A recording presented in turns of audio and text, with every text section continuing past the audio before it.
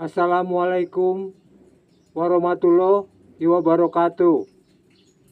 Saudara-saudara, para pemilik negara ini yang bertempat tinggal di tepi pantai, di tepi perbatasan negara, di tepi hutan, di kaki gunung, di pedesaan, di perkampungan kumuh kota, di perkampungan, di di kota-kota di Indonesia, dari kota Sabang sampai kota Merauke, dan para TKI yang ada di luar negeri. Salam 3 pilar BPU, Bhinneka Tunggal Ika, Pancasila, Undang-Undang Dasar 45. Saudara-saudara, para pemilik negara ini setelah mengetahui melalui video yang lalu, yang sebelumnya, tentang siapa saja para pengurus negara dan siapa saja para pemilik negara ini, maka kita sebagai pemilik negara ini juga wajib mengetahui siapa saja antek-antek atau proksi-proksinya para pengurus negara. Antek-antek berarti para pendukung, sedangkan proksi adalah para pendukung juga atau kaki tangan. Namun para proksi ini diberi atau mendapat kuasa penuh untuk menggunakan caranya sendiri. Artinya memiliki kebebasan dalam bertindak, termasuk kebebasan dalam mencari dana. Jadi bukan dari para pengurus saja, bebas mencari dana kemana-mana. Itu yang namanya proksi. Antek-antek dan proksi-proksi para pengurus negara ini sangatlah penting untuk kita ketahui. Sebab para antek-antek dan para proksi-proksi ini direkrut atau diambil dari para pemilik negara ini. Kenapa diambil? Kenapa diambil dari para pemilik negara ini? Padahal hampir seluruh lembaga negara seperti TNI, Polri, MA, BPK, MK, BPS, BMKG, apalagi, dan seterusnya, itu sudah dijadikan antek-antek dan proksi-proksinya para pengurus negara. Fakta-faktanya sangat jelas terlihat dalam kehidupan sehari-hari dalam berbangsa dan bernegara.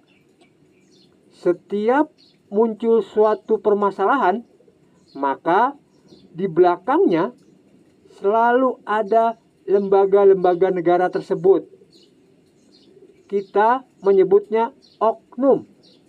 Padahal ini bukan oknum, tapi ini adalah lembaga negara. Para pengurus negara merekrut antek-anteknya dan proksi-proksinya dari para pemilik negara, tentu saja dengan pertimbangan, ada pertimbangannya. Antara lain, jika terjadi permasalahan, maka para antek-antek dan proksi-proksi itu tidak bisa disebut oknum, karena mereka adalah pemilik negara ini.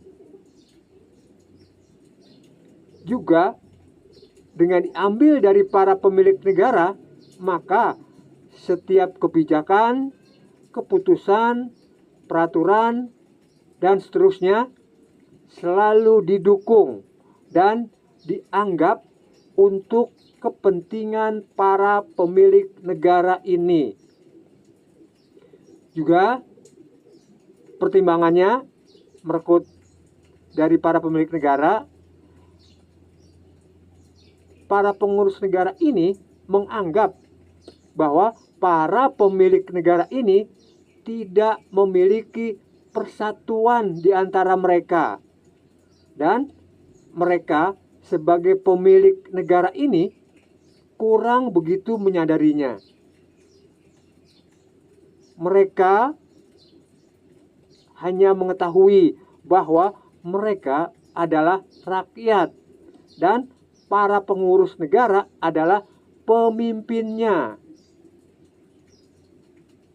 Saudara-saudara, para pemilik negara ini siapa saja dan bagaimana ciri-cirinya para antek-antek dan proksi-proksinya para pengurus negara itu.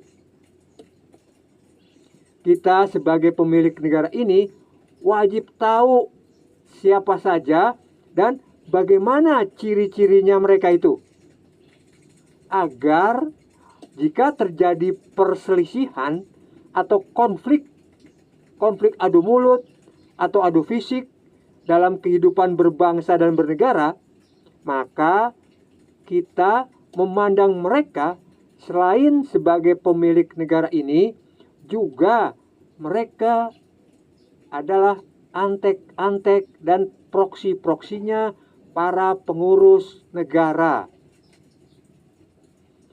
Saudara-saudara, para pemilik negara ini siapa saja? Kita bahas dulu siapa saja. Kita bahas siapa saja para antek-antek dan proksi-proksi itu. Para pengurus negara mengambil para antek-antek dan proksi-proksinya antara lain dari LSM atau lembaga swadaya masyarakat atau organisasi non-government, non-pemerintah, disingkat NGO. Kemudian diambil dari para pemikir. Kemudian diambil dari lembaga penelitian swasta, dari para pakar atau ahli, dari para intelektual dan cendekiawan, dari para ilmuwan, dari para konten kreator, YouTuber, dan seterusnya, dari para stand up komedi, dari para artis dan aktor, dari para jurnalis, ada diambil dari para pengusaha, diambil dari para purnawirawan TNI dan Polri, diambil dari para pemuka agama, ada, diambil dari para peramal masa depan atau paranormal. Mereka meramalkan paranormal ini, mereka meramalkan kejadian di masa depan yang mengerikan, menakutkan, horor, dan seterusnya. Contoh, mereka meramalkan bahwa tahun depan akan terjadi bencana, atau Indonesia akan bubar, atau gempa megatrust tinggal tunggu waktu saja, atau meramalkan akan terjadi kerusuhan, dan seterusnya. Tujuan para peramal ini atau para paranormal ini untuk mengendalikan kehidupan para pemilik negara ini melalui kesadaran ketakutan. Setelah muncul kesadaran ketakutan, kita, para pemilik negara ini, kemudian para peramal ini memberikan solusinya atas ramalannya itu. Ini paling influencer ini paling berpengaruh dalam mengendalikan kehidupan kita.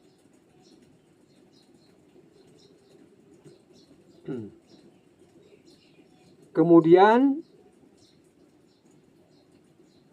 diambil dari siapapun yang dianggap potensial dijadikan antek-antek dan proksi-proksinya para pengurus negara.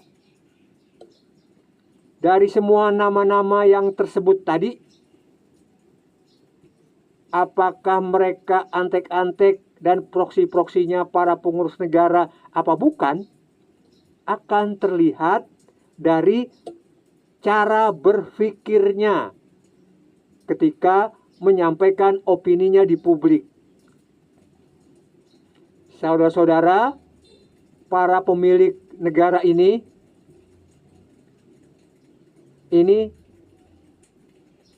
orang-orang atau siapa saja yang menjadi antek-antek. Lantas, bagaimana ciri-cirinya para antek-antek dan para proksi-proksi itu?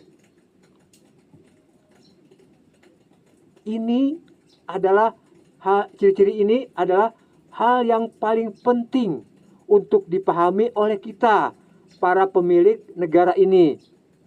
Sebab, jangan lupa, antek-antek dan para proksi-proksi itu diambil dari saudara-saudara kita, para pemilik negara ini. Jadi, ketika kita berinteraksi atau bergaul dengan mereka, jika kita tidak selalu waspada, analoginya mereka adalah zombie atau robot. Jika tidak selalu waspada, maka jiwa kita, yaitu kesatuan akal pikiran, rasa dan karsa kita, jiwa kita dapat diambil oleh para zombie atau robot ini dengan cara menggigit tubuh kita sehingga tertular virus zombie. Ini analoginya.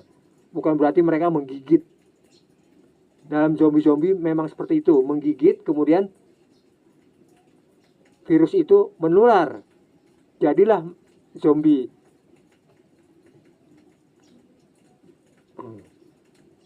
Cara berpikir para antek-antek dan proksi-proksinya para pengurus negara yang diambil dari kalangan pemikir, cendekiawan, pakar, ilmuwan, dan intelektual dalam menyampaikan opininya sangat sesuai dengan apa yang dikatakan oleh seorang filsuf dari aliran filsafat realitas, yaitu Dr. Carlina Supeli. Sang filsafat realitas ini menyatakan bahwa mereka tampil sebagai intelektual, tapi tidak peduli apakah itu silat lidah atau argumen ilmiah, apakah itu logika atau omong kosong, tapi tampil betul-betul sebagai pakar, ilmuwan, mengajukan argumen-argumen ilmiah, entah di media, entah di pengambilan kebijakan. Padahal muslihat, entah itu politik, entah itu korporasi, itu menyelinap diam-diam. Seakan-akan itu argumen ilmiah. Tapi jika diteliti, itu adalah ad hominem. Anda tahu ad hominem itu? Menyerang orang. Itu adalah kesesatan logis menyerang orang itu. Bukan menyerang pikirannya, menyerang pribadinya. Maksudnya menyerang orang, menyerang pribadinya, karakternya, sifatnya diserang, bukan pemikirannya. Kemudian tadi cara berpikir dari para intelektual, cendekiawan dan seterusnya. Kemudian sekarang cara berpikir para antek-antek dan proksi-proksinya para pengurus negara yang diambil dari para influencer, YouTuber, dari para stand up komedi, dari para artis dan aktor, dari para jurnalis, dari para pengusaha, dari para purnawirawan TNI dan Polri, dari para pemuka agama, dari para peramal masa depan, dan seterusnya. Mereka dalam menyampaikan opininya di publik itu ciri-cirinya sederhana, mudah dicerna, menggunakan kosakata sehari-hari atau menggunakan bahasa pergaulan dan seterusnya. Akan tetapi jika diteliti, semua opini yang disampaikan mereka dalam mengambil kesimpulannya tidak valid atau tidak sah, alias cacat dalam berlogika. Namun para antek-antek dan para proksi-proksinya ini tidak peduli dengan cacat logika, sebab tujuan mereka menyampaikan opini adalah untuk mendukung suatu kebijakan dari para pengurus negara. Jadi mereka menggunakan logika karya cipta mereka sendiri.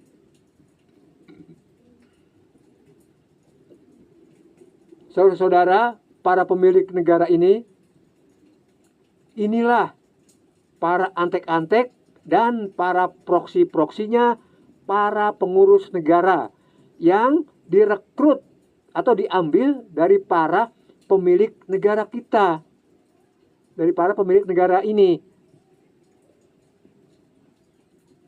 Dan mereka akan berhadapan dan bergaul dengan kita. Sikap dan perilaku mereka itu ceria, penuh semangat, antusias, serta sopan, ramah tamah, lemah lembut.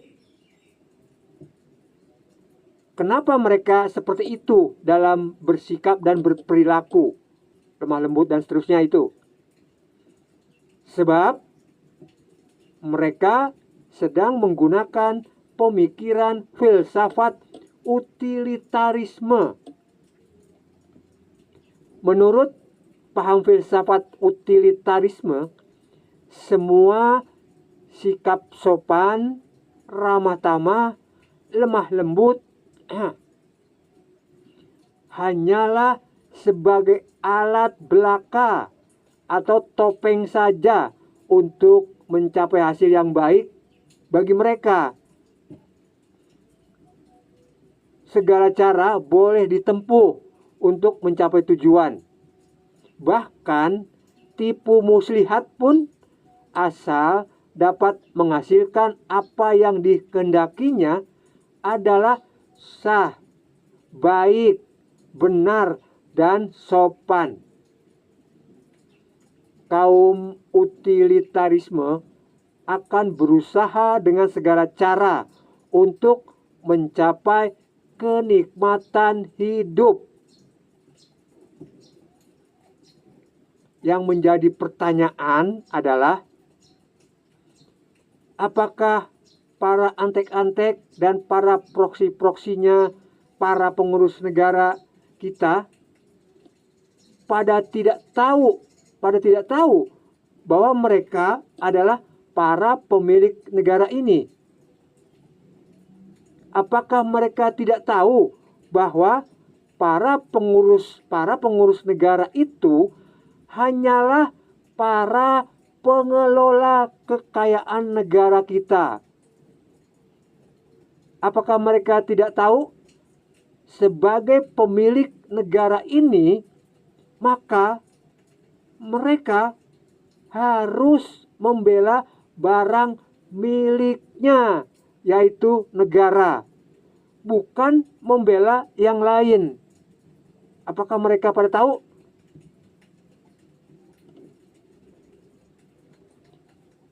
Saudara-saudara, para pemilik negara ini, saya Yan Inar Soyo Adi, panggilannya Ian Isa. Isa itu Inar Soyo Adi. Salam 3 pilar BPU, Bhinneka Tunggal Ika, Pancasila, Undang-Undang Dasar 45.